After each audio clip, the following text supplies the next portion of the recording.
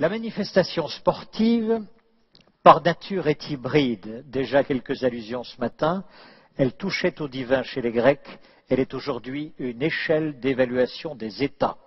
Un facteur d'identification nationale. Elle est aussi une façon de regrouper les ferveurs bien au-delà des rangs des seuls supporters, et vous le savez. Évoquer la manifestation sportive, c'est peut-être prendre l'un des exemples les plus sophistiqués de l'hybridation. C'est là-dessus dont nous allons deviser. Give me information that scrambles my imagination. I can't get no. Hey, you know I can't get no. Hey, you know I can't get no. Hey, hey, hey. Pour clarifier avec nous le sujet et tisser les liens avec vos métiers, je vous demande d'applaudir avec moi deux personnalités, Pascal Boniface et Stanislas Franquiel.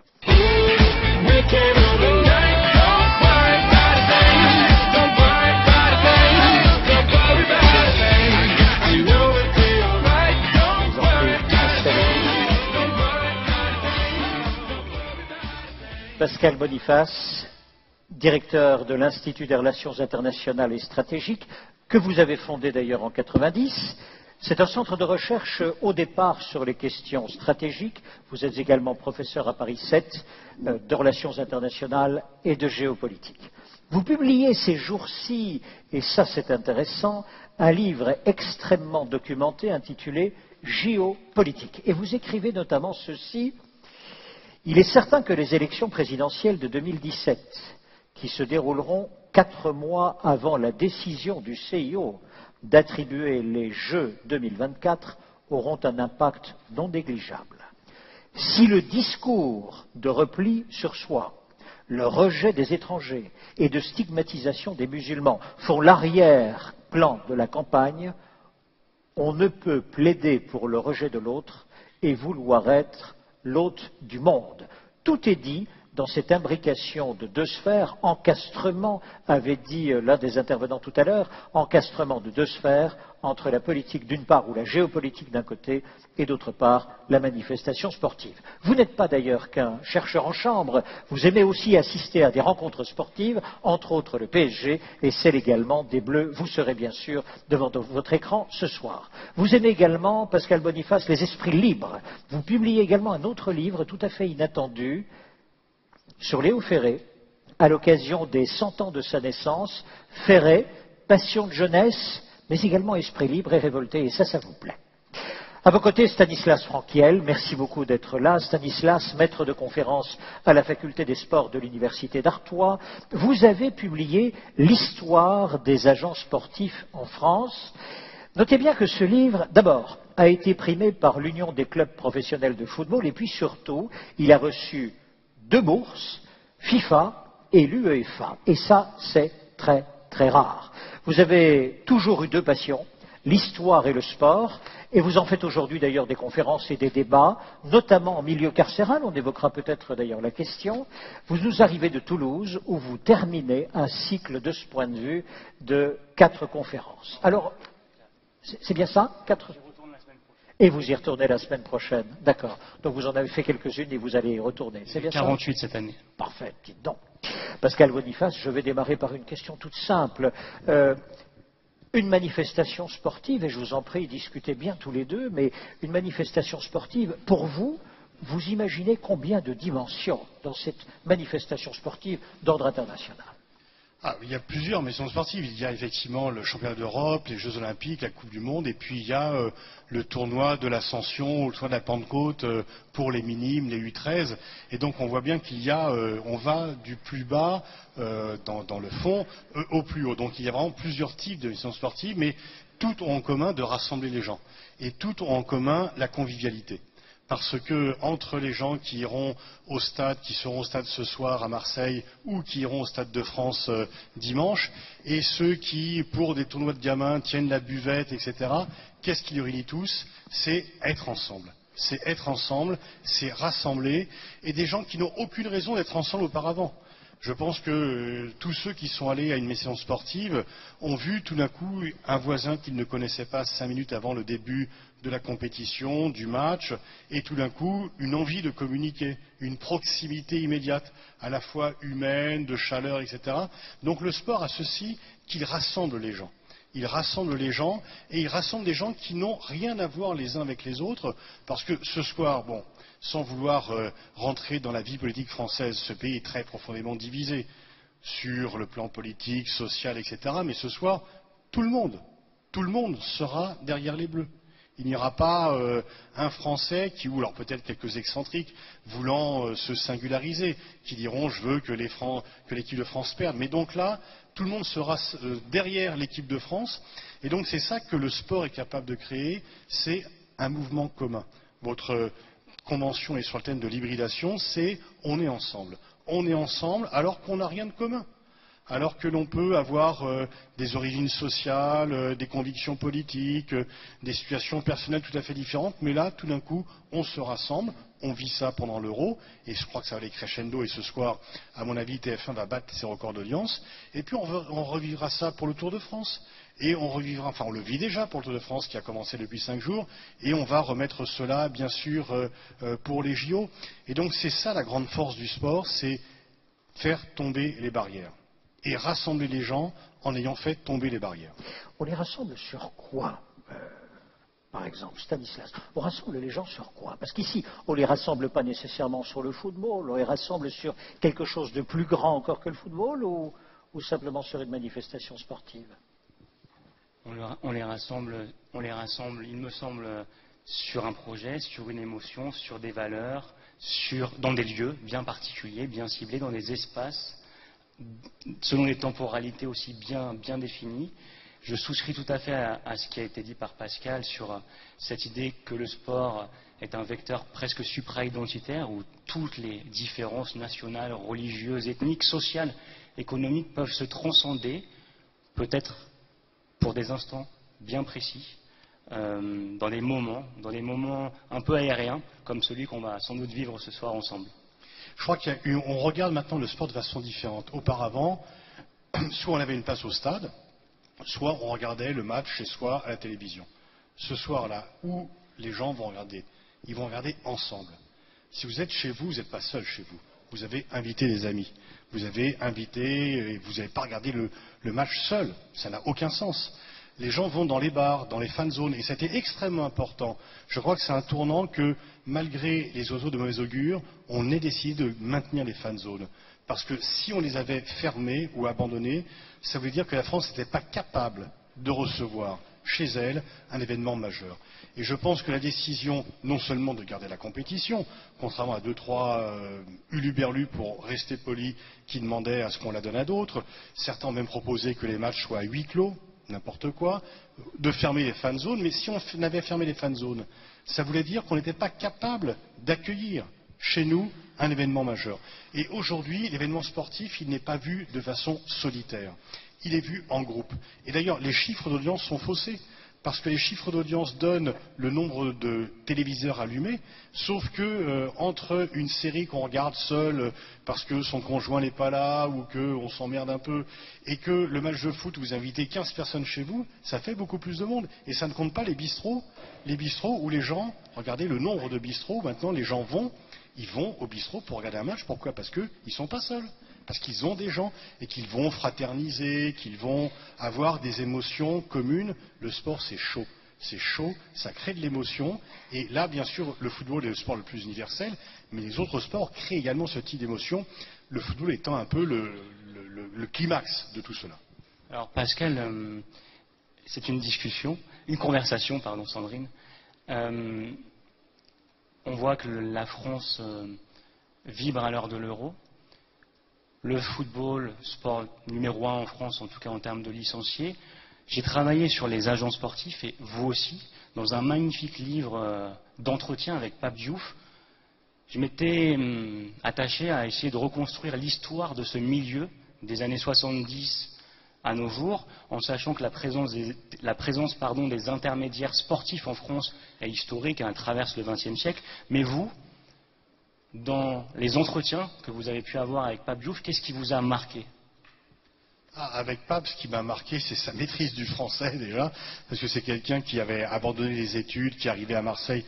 Cet homme a une histoire extraordinaire. Il arrive à Marseille parce que son père, il faisait trop de conneries à Dakar, son père l'envoie dans une école militaire à Marseille, il déserte tout de suite, et il se retrouve coursier dans une ville où il n'y avait pas, qu'il ne connaissait pas, et à l'époque il n'y avait pas de GPS.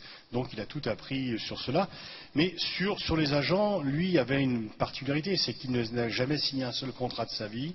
C'était à l'africaine, il topait dans la main, et si les gens le trahissaient, tant pis, mais sinon il respectait la parole parce que voilà, c'était aussi une vision du long terme de l'intérêt. Et donc, ce que Pape m'a appris, c'est ce que, comme le match ce soir a lieu à Marseille, c'est le rôle du football dans la ville de Marseille.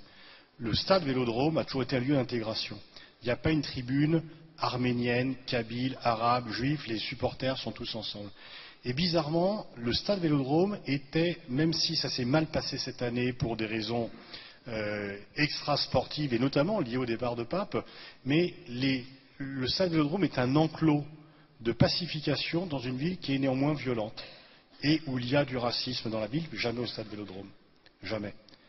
Et donc là, c'était vraiment, effectivement, le stade Vélodrome a été une machine à intégration des différentes communautés dans cette ville portuaire qui a au fur et à mesure intégré des générations de gens qui viennent d'ailleurs. Et le stade Vélodrome a été un puissant facteur d'intégration parce que les supporters étaient ensemble, ils étaient reconnus immédiatement et ils n'ont jamais été clivés entre origines ethniques différentes, ni même entre origines sociales différentes.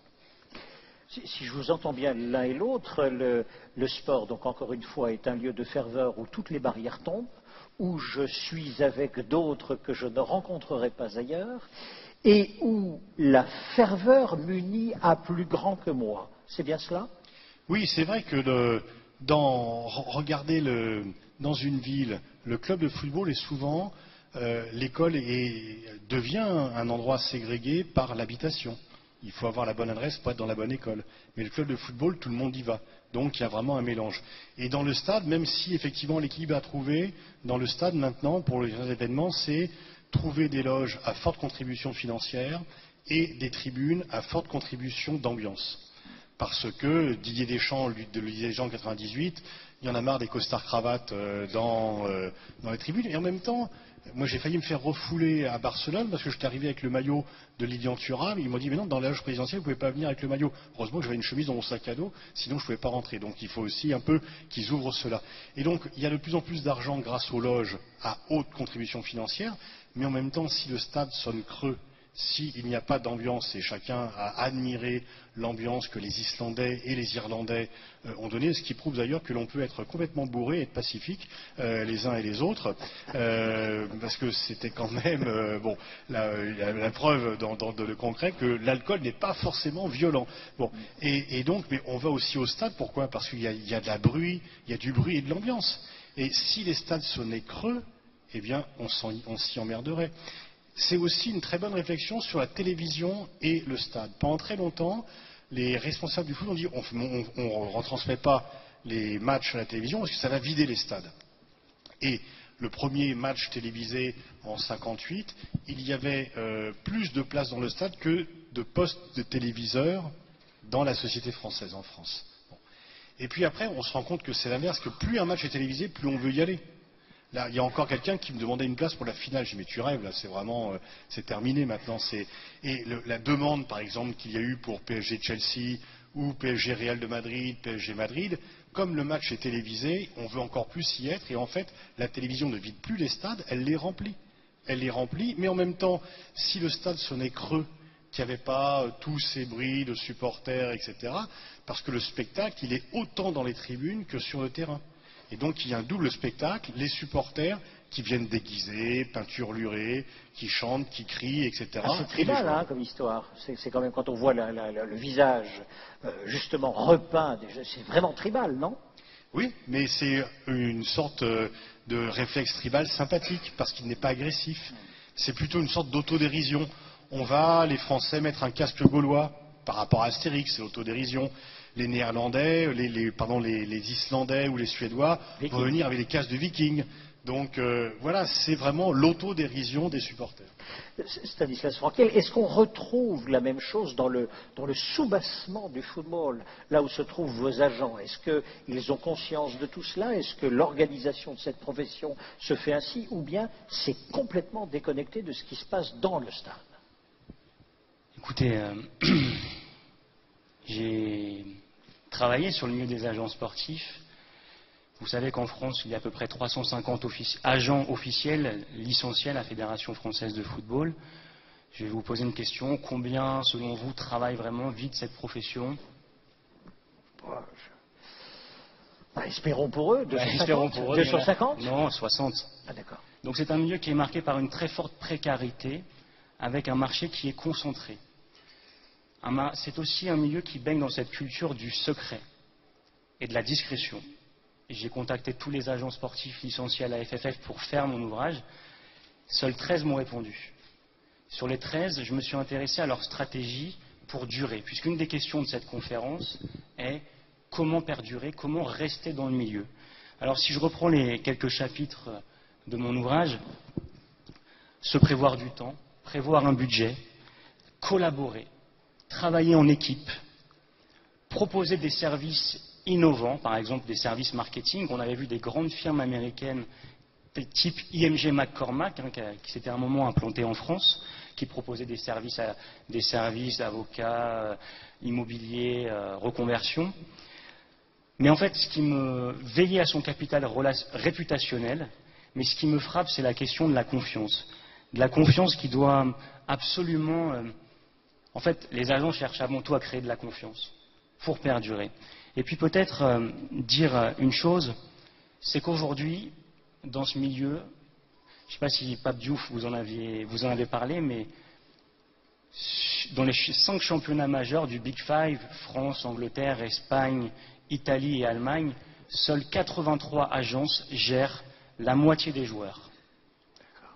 Vous voyez la concurrence. En France, 5 agents ou agences gèrent 30% du marché. Mais ce qu'on note aussi, dans ce milieu extrêmement concurrentiel, où des agents et agences internationales font des alliances entre elles pour vraiment mailler quelque part le marché, c'est la résistance des petites structures. Et ça, c'est à mon avis, ça peut intéresser les congressistes de l'UNIMEV, c'est la question de l'humain.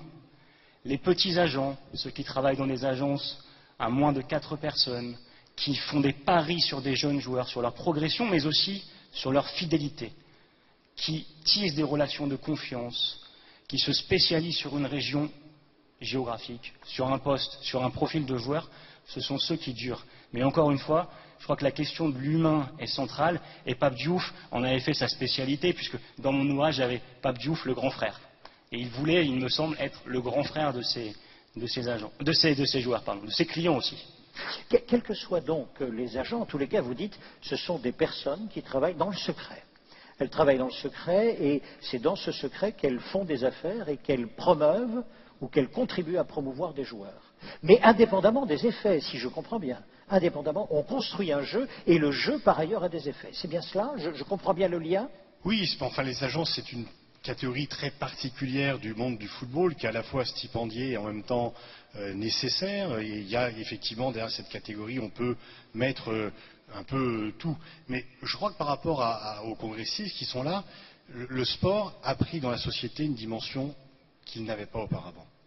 C'est que maintenant le sport est un objet d'envie et quand vous voulez faire rêver les gens, eh bien auparavant vous les invitiez à l'opéra ou au théâtre. Maintenant c'est avoir une place pour une compétition majeure. Les demandes, les sponsors qui ont pu inviter leurs clients, leurs contacts à des matchs de l'Euro se sont faits des obligés pour très longtemps.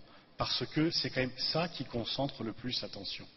L'Euro de football que l'on vit aujourd'hui est le 3e événement médiatisé dans le monde, derrière la Coupe du Monde et les Jeux Olympiques.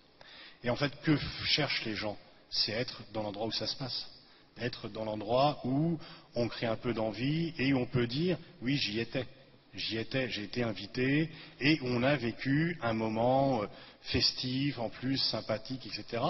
Et c'est vrai que le sport qui en France a longtemps été quand même méprisé, relégué, mis de côté, alors maintenant il est plutôt jalousé pour ceux qui ne l'aiment pas, parce qu'ils voient que les sportifs sont devenus à l'égal des vedettes du showbiz, des vedettes au sens des stars, tout simplement. Je veux dire, un grand footballeur ne peut plus aller manger au restaurant tout seul, tranquille, parce qu'il est emmerdé par des gens qui veulent des autographes, etc. Et moi, les quelques amis que j'ai dans ce milieu-là, je ne vais pas au restaurant avec eux. On ne pourra pas être tranquille, je vais chez eux ou ils viennent chez moi. Mais sinon, bon.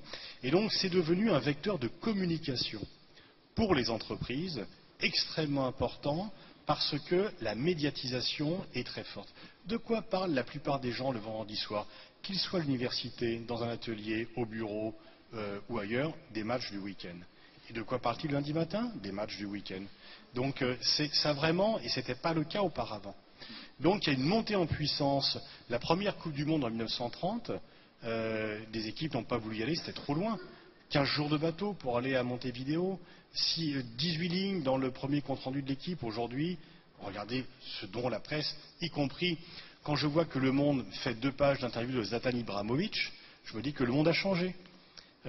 Parce que même Le Monde, alors c'est plus Beuve-Méry, donne 2 pages absolument provocatrices et un peu irritantes d'Ibrahimovic. Donc le sport s'est vraiment installé au cœur de la société parce qu'il parle à tout le monde.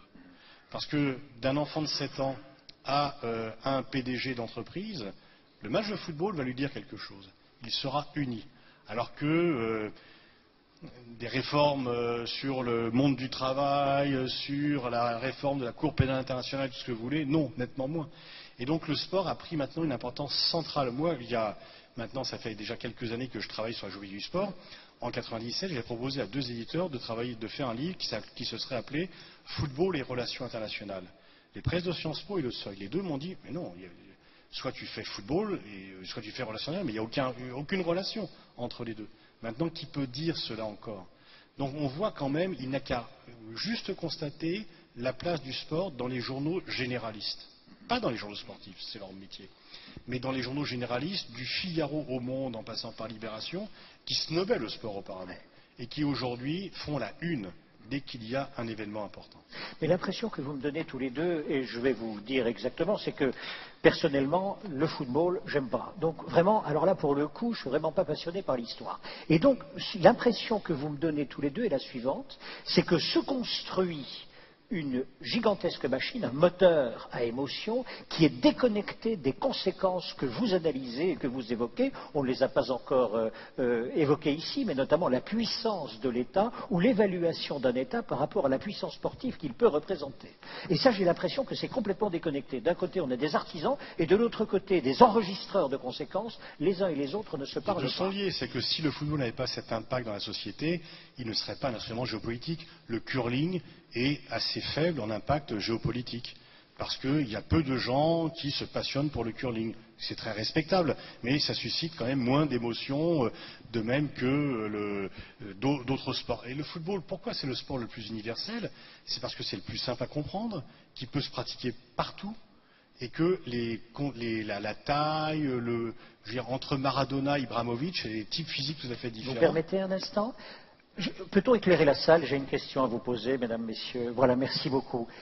Qui n'a jamais compris la règle du hors-jeu? Je vous écoute. La règle du hors-jeu, soyez francs. Pas mal. Merci beaucoup de votre franchise. C'était des règles simples du football. C'est la seule qui prête encore à confusion, mais par rapport aux règles des 3 pas, au handball, au basket ou en avant au rugby. Et je vous signale que le hors-jeu, la règle du hors-jeu, on s'en dispense dans les parties informelles. Celle que tout le monde a pratiquée en disant tiens, vous êtes 4, nous on est 5, c'est pas grave, on met 2 t-shirts par terre et on fait une partie de football. Et c'est ça aussi, aller faire une partie informelle de rugby, de hand, de basket. Non, le football, vous avez même une boîte de conserve, une balle de ping-pong, n'importe quoi, vous faites une partie de football dès que vous pouvez mettre un bâton par terre qui fait le but. Ce que je retiens dans ce que vous dites, c'est le rêve et aussi le partage et le pouvoir de l'identification. Ce pouvoir de l'identification, j'ai envie de vous en parler 2 minutes, au moins 2 minutes, puisqu'on est dans un événement qui traite justement de l'hybridation. Hybridation, alors j'ai sur la documentation, réinventer les formats et aussi aller chercher de nouveaux publics. J'ai tenté modestement de le faire en créant un cycle de conférences débats sport, immigration, intégration, où je fais venir des sportifs, des universitaires, des documentaristes en milieu carcéral. Et là, on voit en fait tout ce dont on a parlé, le partage, quelle que soit l'origine, la couleur de peau. Et là, il se passe des choses. Grâce aussi à ce pouvoir de l'identification. Alors racontez-nous comment ça se passe. Vous arrivez dans un établissement pénitentiaire, oui. Et puis avec qui alors, déjà? J'ai envie de dire, c'est pas et puis, c'est avant. Puisque là, moi je me considère simplement comme un organisateur d'événements. Le public, le sélectionner, prendre des contacts, créer un diaporama PowerPoint, voir le contenu abordé, gérer à la sécurité, faire un bilan. Ben, tout ça, c'est ce que vous faites. C'est organiser des événements. À la différence qu'en milieu carcéral, on n'a pas le droit à l'erreur, puisque la moindre étincelle provoque une explosion. Donc une très forte organisation. Le concept est simple, je suis l'animateur, je suis à votre place Thierry, et je viens avec une personnalité. La semaine prochaine, c'est avec un ancien ambassadeur de France. Le 25 juillet, je serai à Cayenne, j'organise quelque chose au pénitencier de Rémy-Mon-Joli de Cayenne avec Bernard Lama, et justement c'est du témoignage. Le but n'est pas de parler de ses joies, de ses succès, mais plutôt de ses difficultés, de ses moments de doute. Et l'hybridation vient du fait qu'à la base, initialement, c'était un programme sur le sport uniquement, et je l'ai fait dériver. Il s'est appelé, un deuxième projet est né, à la rencontre de cet étrange étranger, avec un psychiatre pour parler du traitement de la folie dans le monde, avec un comédien issu de la diversité, avec des thématiques sur l'immigration, sur l'interculturalité. Et voilà, donc comment en fait un événement peut dériver, mais surtout, ce qui me semble important, c'est que c'est bien beau de créer des événements, mais moi ce qui m'a frappé, et là je pense qu'avec ce projet on a tapé dans le mille, c'est qu'il répond à une demande très forte de la part de l'administration pénitentiaire, celle d'avoir des projets sérieux, montés, évaluables, avec des intervenants qui savent aussi se mettre à la hauteur du public qui est hétérogène. Est-ce que le sport crée des héros auxquels on peut s'identifier? Complètement. Mandela, d'ailleurs, s'est servi du sport. Mandela avait dit à plusieurs fois que le sport pouvait changer le monde. Vous vous rappelez, je pense que beaucoup de vous ont vu le film Invictus, comment il s'est servi de la Coupe du monde de rugby pour essayer la réconciliation, dans le fond, entre blanc et noir. Et effectivement, je ferai un petit test. Qui connaît le nom du Premier ministre du Portugal? Allons-y, attendez, on va vraiment faire le test. Lumière dans la salle si c'est possible, mes amis de la régie. Merci beaucoup. Petit quiz pour chacun. Vous êtes prêts? Allons-y, première question. Qui connaît le nom du Premier ministre portugais actuel? Très bien, deuxième question, deuxième semaine. Qui connaît Cristiano Ronaldo? Voilà. Donc c'est aussi simple que ça, c'est que les héros sportifs sont des icônes mondiales. Dans le village global qui est devenu le monde du fait de la globalisation, les sportifs sont les citoyens les plus connus et les plus populaires, parce qu'ils ne sont pas clivants. Vous pouvez préférer Messi à Ronaldo, mais vous ne détestez pas Ronaldo. Et vous ne détestez pas Messi, si vous avez choisi. Par contre, vous pouvez avoir sur George Bush, Obama ou Merkel des sentiments très différenciés. Et le premier contact que beaucoup d'enfants auront avec un étranger, ça sera l'idole sportive. Et ils pourront avoir le poster dans leur chambre, même s'ils n'ont pas la couleur de peau, la nationalité, les convictions religieuses dont ils se foutent complètement d'ailleurs, qu'ils ne les connaissent même pas, mais ils vont l'admirer simplement parce qu'il les fait rêver.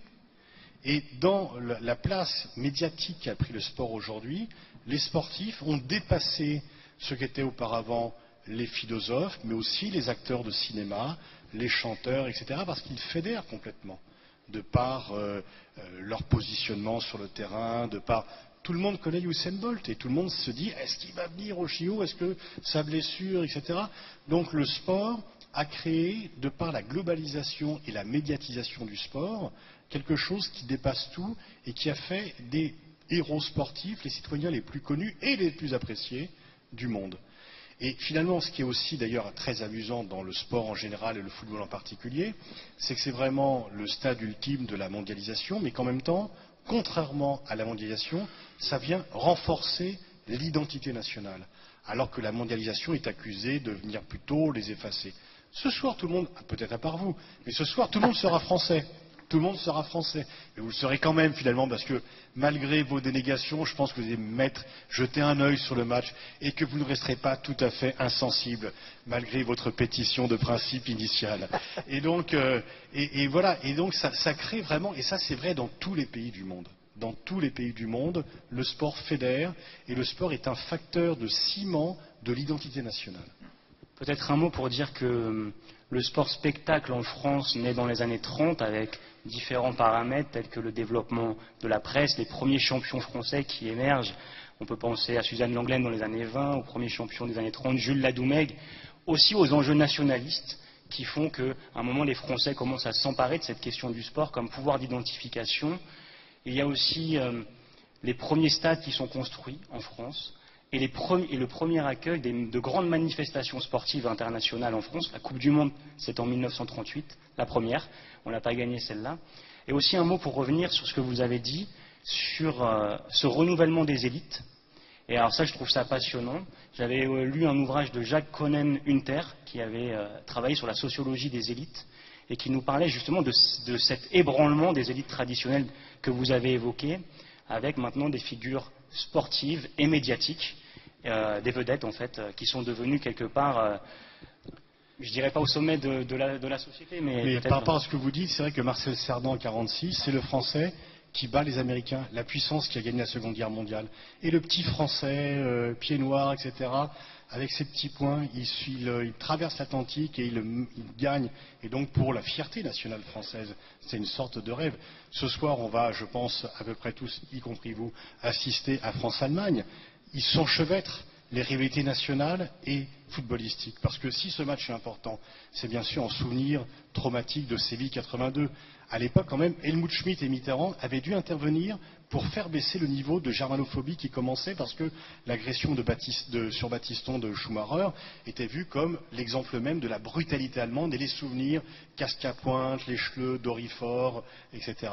Et c'est vrai qu'on a eu 23 guerres entre la France et l'Allemagne, dont seulement 4 décrétées par l'Allemagne et 19 par nous. Donc il y a la rivalité géostratégique entre la France et l'Allemagne. Le but de Richelieu, c'était qu'il y ait jamais d'Allemagne unifiée. La phrase de Mauriac, j'aime tellement l'Allemagne que je préfère qu'il y en ait deux. Mais c'est justement parce que nos relations sont pacifiées que la rivalité est venue se nicher dans le domaine sportif. Et que le sport est devenu le réceptacle, mais justement de façon positive, parce qu'on ne se bat plus à Verdun.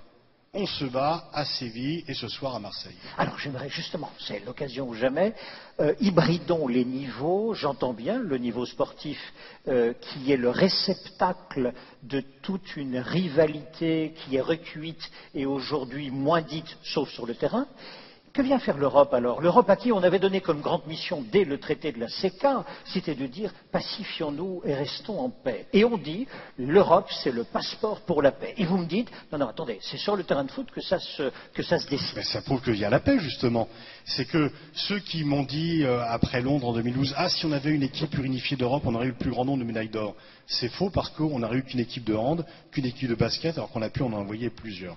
Et on n'aurait envoyé que 3 hurdlers et 3 mecs aux 5000, etc. Et par ailleurs, c'est justement parce que l'Europe est en paix qu'on peut s'affronter dans le sport. Parce que si on était en guerre, on ne pourrait pas le faire. Après la Première Guerre mondiale, l'Allemagne est exclue des Jeux Olympiques. Parce que Coubertin et tout le monde, personne ne veut que l'Allemagne prenne dans le champ sportif la revanche des terrains de bataille. Le sport est justement loin d'être l'animosité entre nations, c'est plutôt la rivalité entre nations qui ont des relations pacifiques. Et c'est justement comme les relations pacifiques qu'elles peuvent cantonner l'hostilité à un terrain sportif qui est régulé, arbitré et qui est vraiment très précis. Et puis cette pacification quelque part, elle s'exprime aussi avec les migrations des footballeurs. Depuis l'arrêt Bosman en 1995, les footballeurs peuvent bouger au sein de l'Europe et donc quelque part aussi, je sais pas, montrer l'image de leur pays. Bref, on voit bien qu'il y a des relations d'interdépendance très fortes aussi qui se Quand tout un stade à Manchester chante la Marseillaise, c'est par cantonat, bien sûr, et c'est pas par Chirac, Sarkozy, Hollande. Donc, je veux dire que des Anglais qui n'ont pas une très grande tendresse naturelle à l'égard du coq gaulois, se mettent à chanter la Marseillaise, montre quand même que le sport dépasse les frontières. Alors j'aimerais à présent une question simplement sur la double évaluation des États, si je puis dire. L'État peut-il être évalué d'un point de vue sportif? Et cette évaluation sportive a-t-elle quelque chose à voir? Y a-t-il une corrélation avec son influence géopolitique? Moi, j'ai eu deux époques dans ma vie où je ne suis pas spécialiste d'une région ou d'un pays, je suis généraliste. Et donc, je me balade un peu partout au gré des possibilités, des invitations, des opportunités. Il y a eu deux périodes dans ma vie où, avant même que j'ouvre la bouche, j'étais populaire parce que français. Je veux dire, le fait d'être français, je dis, ah, formidable. C'était après le refus de la guerre d'Irak en 2003 et après la Coupe du Monde en 98. La victoire de la Coupe du Monde en 98, et la première chose dont on me parlait au sortir de l'avion, c'était l'équipe Black Bomber. Non seulement parce qu'elle avait gagné, mais parce qu'elle était sympathique, qu'elle dégageait quelque chose de positif. Parce que c'était pas seulement la victoire, c'était aussi l'image qu'elle renvoyait. Une image positive, etc. Un peu comme la Dream Team américaine après Barcelone en 92. Et donc, le simple fait d'être français, j'étais associé à cela. Alors que j'y étais franchement pour rien. Mais le prestige rejaillissait sur nous. Et le prestige de la Jamaïque dans le monde tient beaucoup à ses sprinteurs. Un peu à Bob Marley, mais c'est des spécialités très différentes, même si Bob Marley était en fait un très bon footballeur. Stanislas, est-ce que dans le milieu carcéral, par exemple, dans lequel vous évoluez, lorsque vous évoquez entre autres le sport dans vos débats et dans vos conférences, est-ce que là vous assistez à la transformation des hommes? Est-ce que le sport, vous me dites, mais il nous réunit par ferveur, très bien, on n'a pas encore dit autour de quelle valeur, mais on y arrivera, mais j'aimerais bien que vous me disiez, est-ce qu'il transforme les hommes, oui ou non? Est-ce qu'il galvanise au-delà du simple match de foot? Le match de foot s'arrête, c'est tout? Ou bien il y a quelque chose derrière? Je veux dire par là, Burning Man, tout à l'heure, nous disait « Faisons vivre une expérience grâce à quoi le lien se poursuivra. » Et c'est là la capitalisation de l'événement. Entre autres, ici, il y a un événement, on est tous en ferveur, on est tous passionnés, et puis ensuite la passion s'arrête? Incontestablement, le sport peut devenir éducatif, sinon on ne l'enseignerait pas à l'école. En milieu carcéral, il y a toute une équipe qui travaille. Déjà, le sport est obligatoire, enfin, pas la pratique, mais la proposition d'activité sportive est obligatoire depuis les années 60. Ça contribue à se renforcer physiquement, à retrouver une estime de soi, à partager des moments avec les autres, à se socialiser, à travailler, à évoluer selon des contraintes temporelles et spatiales, à vivre des émotions en commun, à les verbaliser. Donc évidemment, le sport est un outil éducatif, mais je ne voudrais pas qu'on retienne uniquement les conférences débats. Il y a aussi des moniteurs de sport, il y a tout un travail d'une équipe, même de surveillants pénitentiaires, du service pénitentiaire d'insertion et de probation. Donc voilà, il y a un encadrement qui se fait en France. Et d'ailleurs, je dois dire, pour avoir vécu en Suisse, que la France a des positions d'ailleurs très ouvertes vis-à-vis du milieu carcéral, en valorisant, en fait en essayant de s'ouvrir à l'extérieur. C'est-à-dire faire venir des invités. Les responsables du milieu carcéral sont très heureux que l'euro ait lieu, parce que ça fait baisser la tension. Les prisonniers vont voir l'euro, en parlent, et ça fait baisser la pression. Maintenant, par rapport à votre question initiale, il ne faut pas croire que le sport c'est une baguette magique. Ceux qui disent, oui, vous me parlez du mythe Black Blamber, et puis après, finalement, non, le sport ne règle pas tout. C'est pas parce qu'il ne suffira pas de faire un match entre Israël et la Palestine pour qu'il y ait la paix, ou entre la Corée du Nord et la Corée du Sud pour que la Corée du Nord abandonne l'arme nucléaire. C'est un outil qui peut être utile, qui peut servir. Il va y avoir cette année à Rio, pour la première fois, une délégation un peu particulière, les réfugiés. Parce qu'il y a un grand pays de 65 millions d'habitants qui s'appelle le Réfugistan. Des gens qui ont été cherchés de chez eux. Et le CIO va leur permettre, à ces sportifs qui ont dû fuir leur pays, de participer sous mandat olympique. Donc, ils ne veulent plus, quelqu'un qui a fui la Syrie ne veut pas défiler pour Bachar. Mais il a le droit de participer aux JO. Et en même temps, dans les camps de réfugiés, la pratique sportive est un élément de reconstruction. Le général de Villiers, qui commande les forces armées françaises, me disait que quand il était responsable d'une force de maintien de la paix en Yougoslavie, dès qu'il pouvait organiser un match de foot, c'est que les choses allaient mieux et que c'était un moyen puissant de réconciliation entre les communautés qui s'étaient déchirées. Donc, j'aime bien le sport à titre personnel, mais je ne vais pas augmenter son aura. C'est un outil, il faut s'en servir. Ce n'est pas une baguette magique. Oui, puis on le sait bien qu'il y a des très fortes aussi discriminations dans le sport et que toutes les communautés qui ont eu accès sont passées par le combat. Que ce soit les handicapés, je peux vous en parler puisque j'ai étudié pendant 3 ans l'histoire des Jeux paralympiques, l'histoire des champions paralympiques en France et en Suisse. Eh bien, exclus du mouvement olympique, enfin pas exclus, pas autorisés à y rentrer, donc ils créent leur propre jeu en 1960 aux Jeux de Rome. Les Gay Games. Il y a aussi d'autres jeux, il y a d'autres déclinaisons finalement, alors plus ou moins sous le label olympique, mais on peut penser aussi aux femmes qui se sont battues pour s'emparer du sport. Les suffragettes Alice Milla, la Fédération sportive féminine internationale. Voilà. Et donc on voit une ouverture, mais qui est, comment dire, qui se réalise suite à de longs combats. J'ai une dernière question. Autour de quelles valeurs la ferveur communie-t-elle? Quelles sont les valeurs que le sport, de toute façon, entraîne avec lui? Ça dépend, mais c'est avant tout, dans le dictionnaire du sport, le T vient avant le S, parce que le travail vient avant le succès. Il n'y a pas de réseau dans le sport.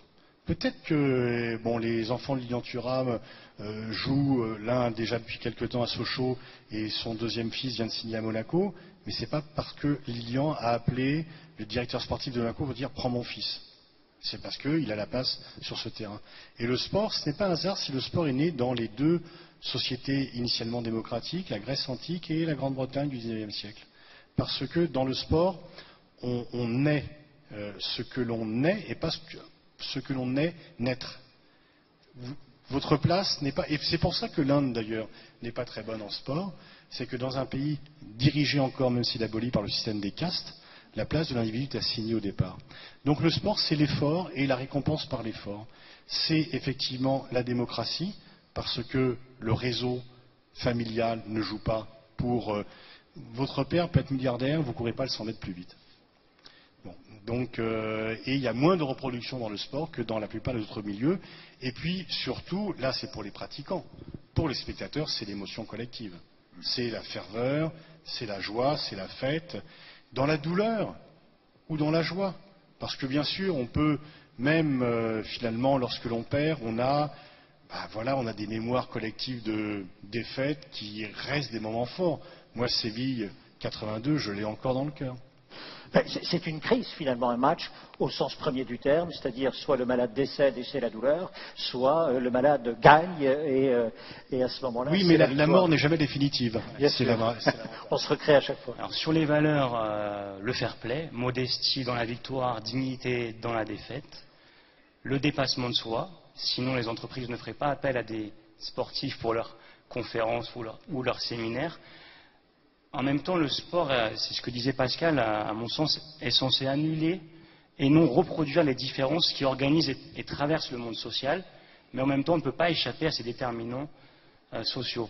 Mais sur les valeurs du sport, je suis quand même assez nuancé, et je vous demande simplement de voir qu'en fait, le sport, on peut aussi lui faire dire beaucoup de choses, sinon, il n'aurait pas été instrumentalisé politiquement, pour des raisons de renaissance culturelle, par exemple, sur les anciens pays colonisés africains, l'extension du libéralisme et des valeurs occidentales pour les États-Unis, utilisé aussi par des régimes autoritaires tels que le régime mussolinien, tels que nazi, soviétique. Donc vous voyez aussi, il faut faire attention avec ces valeurs du sport qui peuvent servir des causes en fait. Alors puis-je vous faire réagir sur la réflexion d'un entraîneur, l'entraîneur français de natation. Voici ce qu'il dit. Lorsque les Français gagnent des compétitions en natation, la première chose que fait le président de la République dans les 3 minutes qui suivent le record ou la victoire, c'est d'envoyer un SMS à l'athlète primé et ensuite de l'avoir au téléphone. Et l'entraîneur dit c'est extrêmement destructeur parce que cette attitude-là récompense la victoire, mais le même président de la République n'est pas là pour encourager chaque jour à nager les 15 kilomètres qu'il faut pour pouvoir obtenir la victoire. De telle sorte que, puis-je avoir un doute sur la valeur que vous donnez, c'est-à-dire vous dites, c'est d'abord l'effort. Non, c'est d'abord la victoire, c'est d'abord le résultat. Non mais là, on ne parle pas du sportif, on parle du président de la République. c'est tout à fait différent. Vous parlez de récupération. Effectivement, normalement, le président devrait plutôt réconforter celui qui a perdu que de venir, parce qu'en envoyant un SMS aux victorieux, il s'attribue une partie de la victoire et il veut surtout communiquer sur le fait qu'il l'ait fait. Mais ça, c'est comme tous les communiqués quand quelqu'un disparaît, c'est quelque chose qui est devenu un exercice obligé, ça ne sert strictement à rien et l'État ferait mieux d'augmenter le budget sportif, parce que le budget sportif dépend quand même, contrairement au budget culture, notamment des paris sportifs et pas d'autre chose.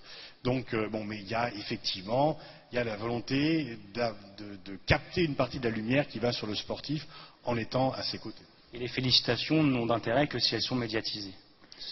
Et les félicitations n'ont d'intérêt, bien sûr, que si à un moment donné il y a une fuite, on est d'accord. Mesdames et messieurs, avez-vous des questions pour vos intervenants, pour les interlocuteurs, soit évidemment par SMS, et on peut les afficher s'il y en a, également questions, réponses, approfondissons le sujet, hybridation d'un événement, conversation autour de la manifestation sportive dans toutes ses dimensions. Avez-vous là-dessus des questions qui peuvent vous inspirer? Sinon, nous pouvons poursuivre, bien sûr, mais j'aurais aimé vos sollicitations. Peut-on afficher, si c'est envisageable, à moins qu'il n'y en ait point, bien sûr, des SMS ou bien les tweets qui ont été évoqués au fur et à mesure? Alors, allons-y. Le sport parle à tout le monde, il est au cœur de la société. Le foot est le sport le plus universel car le plus simple à comprendre et à pratiquer. Le sport s'est installé au cœur de la société parce qu'il parle à tout le monde. Aujourd'hui, pour faire rêver, on invite un événement sportif majeur, vecteur de communication fort. Je poursuis. 98, on a vu juste après 98, une augmentation de la croissance et surtout cet esprit se répandre dans le pays, du moins la presse s'en faisait l'écho. Tout le monde est positif, tout le monde est enthousiasme, on peut tout faire, on peut tout gagner, on est tous ensemble. Il y avait ces deux valeurs-là, ensemble et gagner. Encore une fois, est-ce que le sport peut être un vecteur massif de déferlement de valeurs et d'enthousiasme? Oui, bien sûr, on l'a vu en 98, on l'a vu en 2006 jusqu'à la finale, parce qu'au fur et à mesure de la compétition, les gens sortaient dans les rues. En même temps, ça ne change pas fondamentalement l'état du pays. Si dimanche prochain, si ce soir la France gagne et qu'elle gagne également dimanche prochain, c'est pas ça qui va régler le problème du chômage, etc. Mais au moins, on voit bien que ça donne la banane, ça donne un sourire aux gens. Depuis le début de l'euro, malgré les inondations, malgré les grèves, malgré un climat morose, etc., malgré la météo qui jusqu'à avant-hier était pourrie, les gens se parlent plus, communiquent plus, et donc, voilà, une fois encore, il ne faut pas donner au sport plus de vertu qu'il n'en a réellement, mais il ne faut pas être dans une stratégie de déni par rapport à cela. Et c'est vrai que le sport redonne un peu d'espoir, de convivialité, de vivre ensemble et simplement le sourire, parce que depuis que l'euro a commencé, que l'équipe de France progresse, il y a un peu plus de sourire dans le métro. Mais on voit bien que 98, la France Black Blanc Beurre a été une forme d'utopie républicaine où pour la première fois, le passé colonial de la France pouvait être vu comme positif. En même temps, est-ce que les pratiques ont changé depuis 20 ans? Est-ce que la place des minorités en France a évolué? Je crois qu'on est très vite retombé finalement de cette utopie. Alors il y a eu des déclarations de Karembeu, il y a eu le match France-Algérie de 2001 et puis tous ceux qui ont suivi avec les équipes du Maghreb. Et je crois que ça nous a vite ramené à la réalité. Peut-être dire aussi que cette France mythifiée Black Blanc Beurre a été beaucoup servie par les publicitaires aussi, qui ont voulu nous faire croire à cette union nationale qui a été très vite. Oui, mais encore une fois, bien sûr, ça n'a pas tout réglé, mais c'était un formidable outil pour montrer que la France est un pays d'origine diverse et que lorsque les gens jouaient collectif, ça marchait. Que lorsqu'on tendait vers le même but, qu'on jouait pour la France et que l'on soit normand, kanak, kabyle, guadeloupéen, venant du Ghana, etc. Eh bien, voilà, tous étaient français et tous ont joué ensemble. Donc ça vient quand même affaiblir le discours d'exclusion. En même temps, effectivement, le lendemain, le 13 juillet au soir, il y avait encore des Français d'origine maghrébine qui se faisaient refuser l'entrée en boîte de nuit. Monsieur, présentez-vous et votre question. Oui, bonjour. Oui, bonjour, je suis Loïc Mersch, je travaille pour Duo, on est fabricant pour les agences de design de stand. à Montpellier. Ma question concerne, si on voit que le sport galvanise, crée d'émotions, crée aussi du lien entre les personnes, je suis surpris de voir qu'il y a assez peu de développement du sport corporatif. Voilà, l'interentreprise, le tournoi, il pourrait y avoir un championnat de France de foot interentreprise. Aujourd'hui, ça existe, mais c'est très peu développé. Comment ça se fait que le monde de l'entreprise finalement ne surfe pas sur cette vague, puisqu'on voit que c'est un succès garanti à chaque fois, pour ceux qui jouent et aussi pour ceux qui supportent. Pourquoi aujourd'hui l'entreprise est si peu représentée et que le sport corporatif reste très minoritaire? Voilà. Je pense que ce qui peut bien marcher dans le sport entreprise, c'est les tournois internes. Mais par contre, une équipe d'entreprise qui joue contre d'autres, bon, ça existe, la FFGT, etc., mais les gens n'habitent pas au même endroit. Alors que lorsqu'ils appartiennent à un club de la ville, par définition, ils habitent au même endroit. Donc c'est un peu plus difficile de faire des clubs d'entreprise parce qu'en termes de transport, d'organisation, c'est un peu plus compliqué. Mais je pense que tout ce qui est événement interne entreprise est très fédérateur et marche assez bien. Alors je peux vous répondre, enfin je peux compléter cette réponse de Pascal. J'ai travaillé pendant 6 mois sur la question du sport en entreprise. C'était une recherche. C'était un moment où moi-même je recherchais un emploi, un poste à l'université. C'était une recherche financée par le Conseil d'analyse stratégique, qui est en gros une institution placée auprès du Premier ministre. Et donc je me suis personnellement retrouvé à aller dans les entreprises, à aller au MEDEF, à aller dans les syndicats, essayer de comprendre finalement pourquoi ça ne marchait pas, pourquoi on a assisté à un essoufflement du sport corporatif. Il y a plein de raisons. Mais tout d'abord, on sent de très fortes rivalités entre les différentes fédérations qui s'occupent du sport en entreprise. Je ne sais pas dans laquelle vous êtes licencié, mais il y a la FSGT, qui est historique, puisqu'elle date jusqu'à 80 ans. Il y a depuis 15 ans la Fédération française du sport en entreprise, qui est proche du MEDEF. Alors après, il y a aussi différentes options. Et là, on voit que c'est pas, comment dire, au-delà des questions d'infrastructure sportive, est-ce qu'on aura une douche pour se laver avant de reprendre le travail, le créneau, des questions. Qui gère le sport en entreprise? Est-ce que c'est le CE? Est-ce que c'est le patron?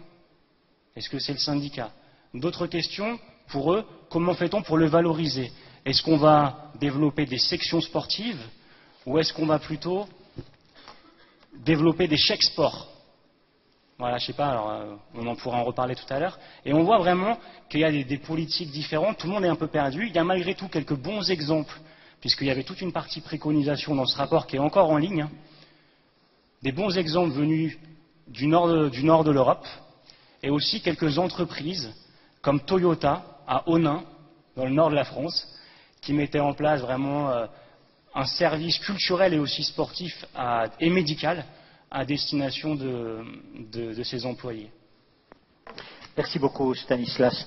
Il y avait également une question juste là. Oui, vous avez le micro, je vous en prie, madame. Merci. Donc moi je suis Sylviane Villaudière.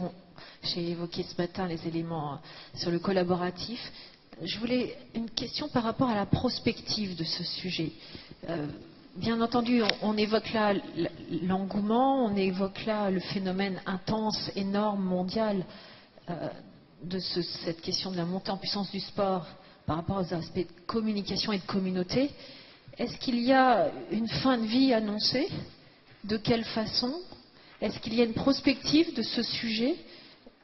Est-ce qu'il y a cet engouement pour toujours? Ou est-ce une fin bientôt?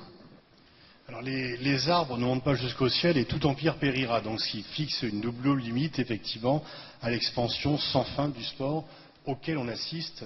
Lorsque les JO ont été recréés, il n'y a que 110 sportifs qui y participent et 10 nations. On voit bien ce que c'est devenu. Aujourd'hui, on doit fixer un plafond de 10 000 participants parce que sinon, il n'y aurait pas assez de place. Qu'est-ce qui menace? Aucun empire n'est éternel. Et l'empire du sport ou l'empire du football ne l'est pas. Ce qu'il menace, c'est si on ne le respecte plus.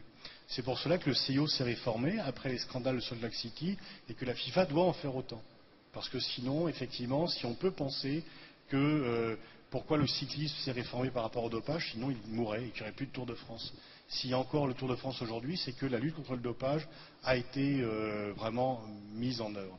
Il y a deux dangers sur le sport, outre la corruption globale, mais c'est les paris sportifs truqués et le dopage, qui sont les deux défis parce que ça vient altérer l'esprit de compétition. Les gens ne sont plus sur la même ligne de départ. Et donc si on peut penser que le résultat est acquis, pourquoi Xi Jinping fait une réforme du football? C'est que les Chinois sont passionnés par le football, mais ils ne regardent pas le championnat chinois, ils pensent que c'est pourri, vendu. Donc ils regardent le championnat anglais ou autre. Et Xi Jinping, qui veut que la Chine organise puis gagne la Coupe du Monde, lutte contre la corruption. Donc c'est vraiment le dopage et la corruption qui sont les deux dangers, parce que si on ne croit plus au rêve, que quelqu'un a gagné parce qu'il s'est dopé ou que le match a été acheté, et non pas parce que l'enfant des favelas est devenu un joueur magique, ben là effectivement on va se détourner et on aura tué la poule aux œufs d'or. J'ai eu de la chance. Dans mes études universitaires, j'ai fait la rencontre d'un professeur extraordinaire qui s'appelait Christian Possiello, l'un des fondateurs de la sociologie du sport. Et il avait écrit un ouvrage qui s'appelait Sport et sciences sociales, histoire, sociologie, prospective, pour vous répondre, madame. Il notait 5 faits porteurs d'avenir, et encore c'était un ouvrage de 1999, et il me semble que ces 5 faits porteurs d'avenir, quelque part, sont en train de se concrétiser. Tout d'abord, l'individualisation, avec une singularité gestuelle et vestimentaire. Deuxièmement, l'écologisation, le retour à la nature, des pratiques douces, en plein air, le développement des activités physiques de pleine nature. Troisièmement, l'hybridation, l'emboîtement des pratiques, le triathlon, le char à voile, le kitesurf, le cyclisme avec une nouvelle variante, le mountain bike, le VTT, le tir à l'arc et la spéléologie. Voilà comment on peut hybrider. Quatrièmement, pour finir, la technologisation qui est de plus en plus forte, avec des appareillages de plus en plus chers, des machines véhiculantes, deltaplane, parapente. Et enfin, pour finir, la dernière, c'est l'aventurisation, qui peut être de deux sortes. Tout d'abord vers des pratiques assez douces, on voit le développement d'associations type Terre d'aventure qui vous emmènent de manière feutrée marcher dans le désert, et en même temps des marathons extrêmes qui se développent. Et dans mon entourage proche, c'est Karim Mosta, 200 000 km en courant, 135 pays voyagés, 27 fois le marathon des sables au Maroc. Et Karim Mosta, le marathon des sables est un exemple type de cette aventurisation où vous partez pendant une semaine en autosuffisance alimentaire, parcourir 250 km en 6 étapes dans le désert marocain. Et donc voilà des épreuves qui deviennent de plus en plus extrêmes aussi.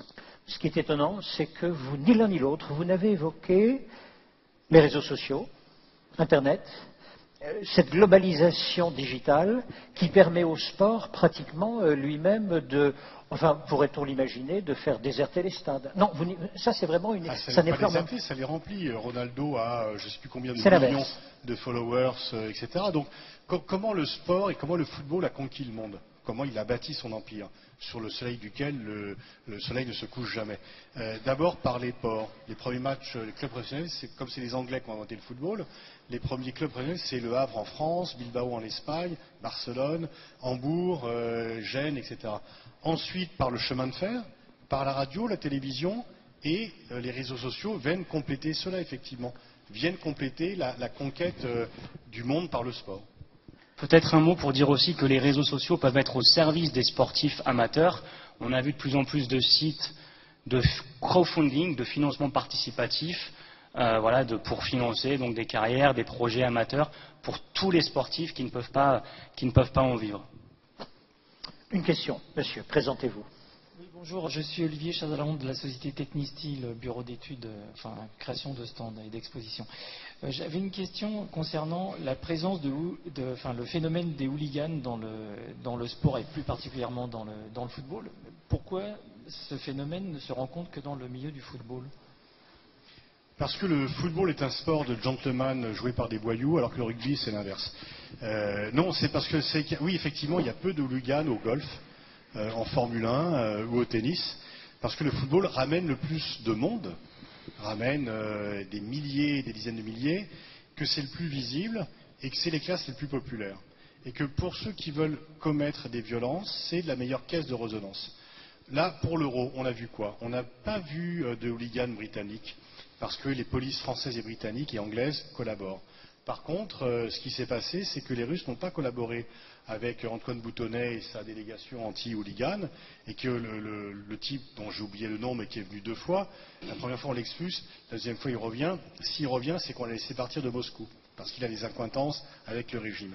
Et que c'est vrai que l'extrême droite populiste, dans les milieux russes, s'est investi sur le football en disant c'est là où on sera le plus remarqué. Ce phénomène avait atteint l'Italie pendant quelque temps, mais les autorités italiennes ont combattu cela et ça a été réglé. Et là, on voit que c'est plutôt dans les pays de l'Est, dans les nouveaux arrivants en Europe, qui ont l'attitude la plus hostile par rapport aux réfugiés, par rapport aux migrants, que ces mouvements prospèrent. Mais ça peut être tout à fait réglé. Et les hooligans qui étaient extrêmement puissants en Angleterre auparavant n'existent plus. Là, les Anglais ont plus été victimes des attaques qu'ils n'ont été coupables, parce qu'il y a toujours des types violents, mais ils doivent pointer au commissariat quand il y a une compétition, qu'ils ne peuvent pas partir. Donc là, moi je rends hommage à Robin Leproux, qui a fait son plan, qui a permis de vider les tribunes racistes, où c'est déjà con de se battre avec les supporters d'un autre club, mais quand les supporters du même club se battent entre eux, là on atteint le degré absolu de la connerie quand même. Bon. Et Robin me disait que dans la tribune Boulogne, il ne pouvait pas mettre de ramasseurs de balles noirs ou arabes, il se faisait cracher dessus. Donc je pense qu'on a bien fait d'exclure ces gens-là. Une chose encore, y a-t-il des diplomates qui sont spécialisés dans les influences sportives? Est-ce que ça existe? Oui, alors justement, Laurent Fabius, qui, bon, même si étant jeune, avait participé à l'émission télévisée La Tête et les Jambes, mais n'est pas un fan de sport, je ne l'ai jamais vu, ni au Parc des Princes, ni au Stade de France, pas faute de l'avoir poussé, etc., mais jamais. Et quand même, de façon purement cérébrale, je dirais, il a créé le poste d'ambassadeur pour le sport, parce qu'il a compris que le rayonnement de la France passait également par cela, et qu'il fallait un peu mobiliser les ambassades pour peut-être avoir des voix pour les JO 2024, que lorsqu'un pays organisait un événement, c'était bien que les entreprises françaises soient présentes pour participer à la construction des infrastructures ou à l'organisation de l'événement, et que, comme il le disait lui-même, lorsque je vais au Japon avec Teddy Riner est plus connu que moi. Pascal, je ne connais pas la situation en Europe. Est-ce que les autres pays se sont dotés de ces outils diplomatiques? Non, parce que les diplomaties sportives, c'est un peu différent. Alors, les États-Unis ont une cellule spécialisée, plutôt d'aide au tiers-monde, de sport, diplomatie, etc. Et ensuite, chacun fait un peu. Mais en Europe, il n'y a pas d'ambassadeur spécifique pour le sport. Mais à l'inverse, les autres pays européens ont une culture sportive initialement plus forte que la France. Et donc il était nécessaire de créer ce poste en France, alors qu'il l'est peut-être moins dans les autres pays. Merci beaucoup, à l'un comme à l'autre, et on peut applaudir les deux intervenants de cette conversation. Merci beaucoup. Merci beaucoup. Merci Stanislas. Oui, je vais quand même le conserver. Merci beaucoup. Oui, le sport mobilise. Il mobilise sur une ferveur, il mobilise sur une union. Et le sport également peut être un vecteur de force diplomatique. Il peut être un vecteur de force économique et un vecteur de cohésion sociale. C'est là où, dans ses conséquences, le sport peut être un élément, la représentation, la manifestation sportive peut être une manifestation totalement hybride dans ses conséquences. Dans ses causes, plusieurs acteurs travaillent encore actuellement, chacun de leur côté. On voit bien que, contrairement à ce qui a été dit ce matin, il n'y a pas encore de grandes fédérations, ou plutôt un leadership, une gouvernance qui va d'un côté fédérer tous les agents, fédérer également tous ceux qui travaillent à l'excellence de la manifestation sportive pour pouvoir ensuite tirer tous les bénéfices de la conséquence. Donc nous avons ici vraiment une séparation. D'un côté ceux qui construisent, les architectes, chacun de leur côté, et de l'autre côté toutes les conséquences de ces manifestations sportives qui concernent à la fois les États, les entreprises, vous l'avez signalé, mais également chacun d'entre nous, un peu plus, un peu moins. Excellent match ce soir à ce sujet. Il ne vous a pas échappé que désormais je suis Guillaume Pépi, mais Guillaume Pépi lorsque la SNCF est gérée par la CGT. Du coup, nous avons toujours quasiment autant de retard. Puis-je vous demander, nous allons faire une pause, et avant d'évoquer la COP 21, dernier acte de notre première journée de travail, je vous propose que nous nous retrouvions ici, si c'est possible pour vous, exactement à 17h30. Merci beaucoup de votre ponctualité. Juste avant de vous quitter, j'aimerais me tourner vers la régie. S'agissant de l'ensemble des tweets, l'ensemble des participations SMS, bref, de ce monde digital que vous faites vivre ici, et je vous en remercie, dites-nous, quels sont les scores? Où en est-on? Alors oui, l'événement ne se déroule pas que dans la salle, il se déroule également à l'extérieur. Un petit point de résonance digitale. On est à 1525 tweets qui évoquent le congrès. On a 181 contributeurs dans la salle. On a donc 1 715 000 impressions. Les meilleurs contributeurs, Lionel Mallard, Social Dynamite, Francisca Lutti et Julien Carlier, hormis bien entendu Unimev, l'événement et la FFM2E. Et enfin les mots-clés, hormis Congrès MEV, EventProf, MeetingProf, Burning Man et ISO 20121. Voilà, j'espère qu'on pourra monter à peut-être 200 ou 300 contributeurs ce soir et demain et exploser les impressions d'ici la fin du congrès. Merci. Un inscrit sur 2 contribue. Vous contribuez très fort, merci beaucoup. Ce qu'on ne saura jamais, c'est quelles sont les galaxies avec lesquelles vous partagez l'ensemble de vos tweets. À tout à l'heure, 17h30. Merci beaucoup.